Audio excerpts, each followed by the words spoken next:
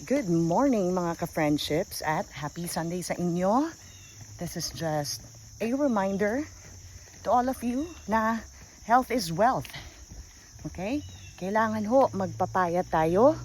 Hindi lang ho para magmukhang sexy, pero para maiwasan ho ang mga matataas na mga medical bills. Mahal ho magkasakit, hindi ho ba? Saka isipin nyo, kung kayo ay kumakain lang ng tama, makakatipid pa kayo. But overall, talagang mahirap magkasakit, hindi kayo makakapagtrabaho, tapos magkakaroon pa kayo ng mga medication, mga medicine na kailangan bilhin. At the same time, syempre gusto nyo naman humaba ang inyong buhay para sa inyong mga pamilya. Lalo kung kayo ay mga magulang at maliliit pa ang inyong mga anak. Start by simply going for a walk. Alam nyo, pwede yung simulan nyo 15 minutes a day hanggang mag-compound yan into 30, 45 minutes to 1 hour a day. Good for heart health. Okay?